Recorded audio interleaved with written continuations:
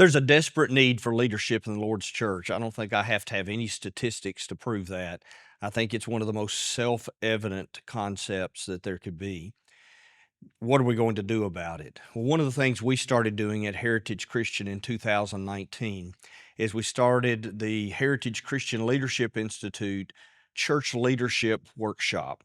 And it's been a key part of what we do here at Heritage since then. This year, it's going to be on May 30th. We moved it from March to May this year to try to get in a better weather window, and that date seemed to work for local congregations. When we talked to them about it, we'd love for you to come and join us. We're going to have an outstanding lineup for this year's workshop. We've got Justin Rogers, we've got Michael Jackson, we've got Laws Rushing, we've got Trey Deran, we've got Dennis Stephen. We've got a great lineup of speakers. Sandra Mitchell is going to do a ladies' workshop. We're going to have a panel discussion. We're serving lunch, and our new president, Dr. Michael Jackson, will be the keynote speaker. Come out and meet him.